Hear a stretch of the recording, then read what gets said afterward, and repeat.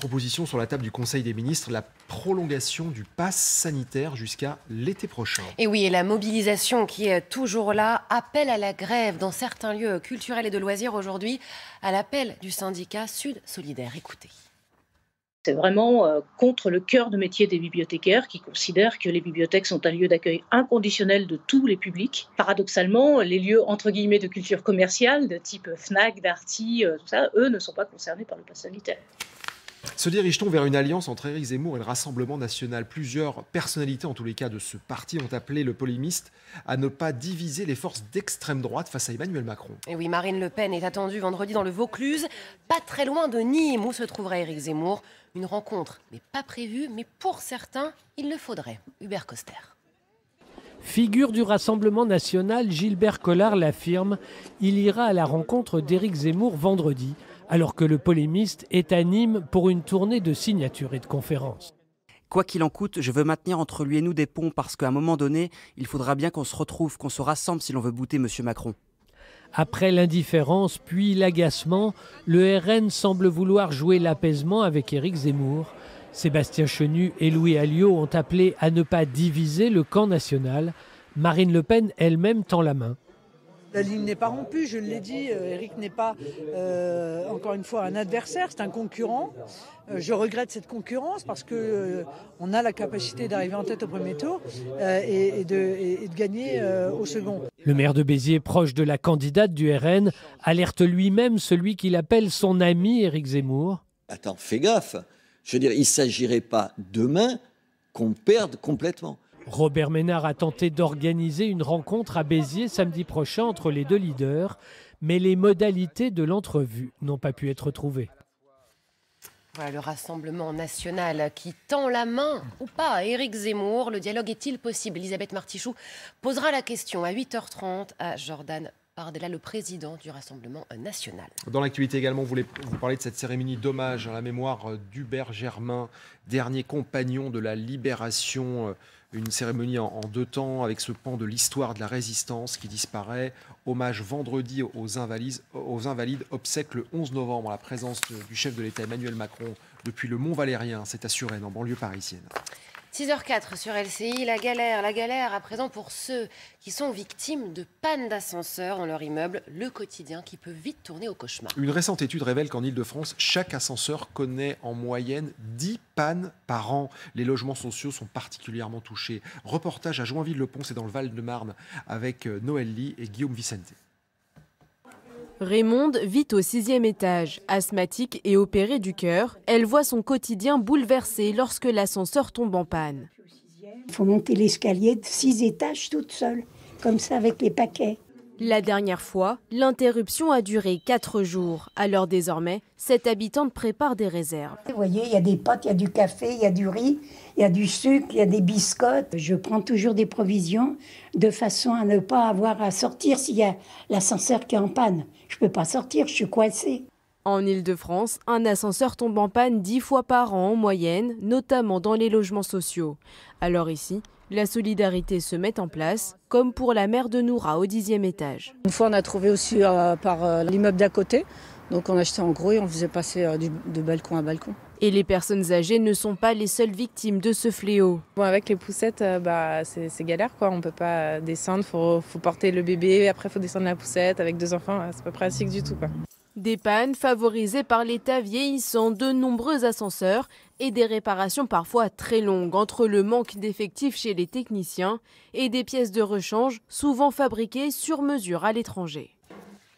À l'étranger, justement, la jeune voyageuse Gabi Petitot, dont la disparition avait suscité une très vive émotion aux États-Unis en septembre, est donc morte étranglée. Et oui, les résultats de l'autopsie ont été rendus publics et cela relance les spéculations sur le rôle de son petit ami, toujours activement recherché. Gabi Petitot a été tuée 3 à 4 semaines avant la découverte de son corps. 6h07, le temps s'arrête un peu, levons les yeux au ciel et profitons. Profitons, calmons-nous.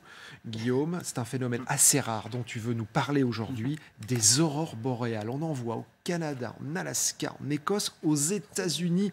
Explique-nous pourquoi ça nous fait tant rêver. Et oui, c'est assez rare dans ces pays, dans ces États, ces aurores boréales qui se sont produites durant la nuit de lundi à mardi et la nuit dernière à la suite de ce que l'on appelle une éruption solaire. Alors qu'est-ce que c'est ? Eh bien, à la surface du Soleil, il y a des particules qui sont émises en permanence, c'est ce qu'on appelle le vent solaire. Et samedi dernier, il y a eu une éruption solaire, une tempête solaire.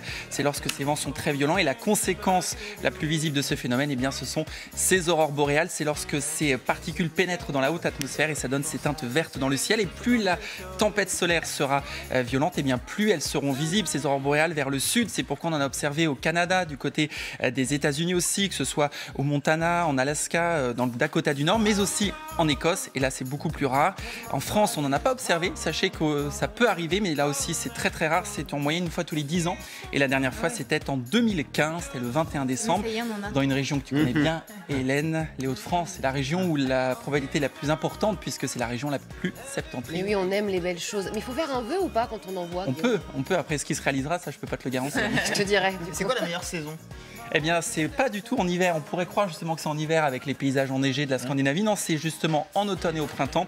Les deux pics sont observés généralement en avril et en octobre, donc on est en plein dedans. Et notre formidable plateau nous permet d'être dans l'aurore boréale. C'est quand même, faut quand même le noter. En images, c'est absolument magnifique. On les voit aussi en Laponie finlandaise et dans toutes ces contrées. Le pays du Père Noël. Merci beaucoup, mon cher Guillaume. Un autre mystère qui n'est pas en passe d'être résolu, mon cher Benjamin, le mystère de la camionnette. Le mystère du van, ça fait 3 jours que ça monte, cette affaire-là. Et alors là, ça renverse la table dans le Finistère. On ne sait pas pourquoi une camionnette s'est retrouvée sur un abribus. Ouais. On voulait vous mettre la musique de X-Files, mais en fait, je me dis, même dans X-Files, ils n'ont même pas eu de trucs comme ça. Alors, on va essayer de prendre les éléments à part. Hein, on va essayer de faire les éléments. Pas doucement, on se tient la main et on avance. Parce que là, c'est quand même assez incroyable. Bon, déjà, le premier élément, ça s'est fait dans la nuit. Ça s'est fait dans la nuit de dimanche à lundi parce que ça, c'est ce qu'ont découvert donc les jeunes de Plounévin-Terre en allant prendre le bus, en allant au collège ou au lycée dans les communes voisines. Alors, ce qui est étonnant dans cette affaire, c'est qu'il n'y a aucun témoin. Vous voyez comme j'ai regardé ce véhicule utilitaire. Moi, ça me fait peur. J'ai regardé ce véhicule utilitaire, ça fait quand même un vide d'une tonne d'œufs. Donc il faut quand même y aller et vu la hauteur, il y a sans doute eu des moyens techniques utilisés. Et pourtant, ça s'est fait hyper discrètement puisque les habitants ont été tout surpris de découvrir en ouvrant leurs fenêtres ou en allant sur les réseaux sociaux la fameuse camionnette. L'enquête est en cours et on a appris hier que le maire, ça y est, il porte plainte pour mise en danger de la vie d'autrui. Alors cet article du Télégramme est intéressant, on a des éléments sur la voiture en elle-même, c'est quand même, ça aussi c'est un roman. Le véhicule est toujours au garage, personne n'est venu la chercher. Pas de contrôle technique, pas d'assurance. On apprend que la personne est identifiée, elle est injoignable et nos confrères de France Bleu nous précisent qu'il serait une personne qui répare et vend des voitures. Donc l'hypothèse privilégiée, nous dit le Télégramme, c'est le différend local. Le maire parle même éventuellement d'un règlement de compte. Qui, comment, je ne sais pas. Donc je reviens vers vous quand j'ai l'info. Benjamin, en attendant, ça a permis aux réseaux sociaux évidemment de bien s'amuser. Oui, et même la gendarmerie nationale, j'ai envie de vous dire, qui en profite pour faire un peu sa com sur les réseaux et qui sollicite les internautes. Écoutez, si vous avez des théories, les gars, ça nous intéresse. Et vous inquiétez pas, les internautes, ils en ont des théories. Je vous ai fait un petit top 3. Il y a l'hypothèse de l'inspiration parisienne, l'hommage à Johnny Paris, l'hommage à Johnny dans le bourg. Il y a la version bretonne de Fast and Furious qui aura un petit peu mal tourné, et la version bretonne ou finistérienne de l'artiste contemporain, capitale de l'art conceptuel, équilibre, pièce unique, métal, verre, caoutchouc. Bon, au moins, ça a fait marcher l'imagination des internautes. T'as une théorie ou pas, Benjamin? Moi, je dis différent local, ça se tient. La gendarmerie de Landivisio, si vous nous écoutez les amis, appelez-nous, faites quelque chose. Mais oui. Mais on veut percer ce mystère de la fourgonnette sur l'abribus. C'est pas possible. On dort plus. C'est une affaire qui monte. C'est vrai que tu n'as pas dormi de la nuit. Tu nous as dit Pascal. Oui. Pascal, très incisif ce matin. Il est gaillard, Pascal, il est solide sur les appuis, je le sens. Dès ton arrivée à la rédaction, tu avais envie de nous parler de Marine Le Pen qui accuse Emmanuel Macron. Dans une tribune. Oui. Non, mais dans une tribune dans le oui. Figaro. Et soi-disant, le président est à l'origine de toutes les augmentations en matière énergétique. Oui. Carburant, gaz, électricité, tout y passe. Et Pascal, tu nous dis, à la vue de cet article, que c'est complètement fou. Regardons le verbatim, parce que j'aime bien les choses précises, comme tu le dis. Alors, solide sur les appuis, mais solide sur les fondamentaux aussi. Emmanuel Macron, voilà, ça c'est pas moi, c'est Marine Le Pen. Emmanuel Macron a inauguré son mandat en alourdissant les taxes qui atteignent, etc. Bon, il y a 2 parties dans la phrase, vous avez le temps de la lire. La première est fausse, la seconde est juste. Souvent, d'ailleurs, en mélangeant le vrai du faux, on pense que le faux va passer. Non. Qui a augmenté les taxes sur les carburants en France? Bon, c'est Ségolène Royal. Emmanuel Macron n'a rien à voir là-dedans. Ça date du mandat précédent, du mandat de François Hollande. Vous vous rappelez d'ailleurs du conflit autour des Gilets jaunes. Ça part de ça. Le conflit des Gilets jaunes, c'est l'aboutissement d'un mouvement de décision politique. Il y a une double décision. Il y a, au fond, si je rentre dans le détail, un système d'étau autour des prix des carburants. On s'est interrogé hier sur l'augmentation massive du prix des carburants. Ségolène Royal prend une décision qui est de loger, je vais utiliser ce mot-là qui est le plus simple, une vraie fausse taxe carbone dans ce qui s'appelait à l'époque la TIPP, la taxe intérieure sur les produits pétroliers. Et cette taxe, elle l'avait faite pour qu'elle augmente de façon constante. On parle de fiscalité comportementale. C'est-à-dire, l'idée, c'était de pénaliser les gens qui roulaient en diesel pour les désinciter à rouler en diesel et aller vers l'essence. Donc, on a une taxe carbone cachée dans la taxe TIPP croissante. Au même moment, vous avez l'augmentation du prix de la matière première, le baril de pétrole.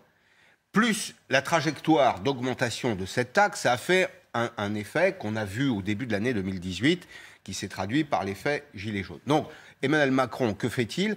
D'ailleurs, à mon sens, Emmanuel Macron et Édouard Philippe, à l'époque Premier ministre, sont surpris quand arrive ce mouvement, parce qu'ils n'ont peut-être pas regardé le détail des choses. Et la première décision qu'ils prennent, c'est exactement l'inverse de ce que dit Marine Le Pen, c'est geler la fiscalité sur les carburants. Donc, on répond à cette question. Cette mesure, cette augmentation du prix des carburants, c'est lié à une décision prise par Ségolène Royal et certainement pas par Emmanuel Macron. Je vous dis deux mots quand même, parce que je veux compléter votre information. La TICPE, taxe intérieure de consommation sur les produits pétroliers, qui s'appelait TIPP, c'est 35 milliards d'euros de rendement pour l'État. C'est absolument considérable. En 2022, l'année prochaine, votre budget essence, en moyenne, devrait être et c'est là où on comprend que c'est douloureux, 2 000 euros dans l'année. Enfin, dernier élément d'appréciation, vous augmentez d'1 centime la fiscalité sur le litre d'essence. À la fin de l'année, ça fait 500 millions d'euros de recettes supplémentaires pour l'État. Donc vous comprenez que les centimes sont douloureux pour les uns, précieux pour les autres. Merci mon cher Pascal. Dans un instant sur LCI, vous restez avec nous, hein. Solène et la folie des abonnements. Vous en avez de partout, ça vous coûte très cher les abonnements que vous avez un peu partout. Solène nous aide à nous sortir de labo-dépendance. C'est vrai.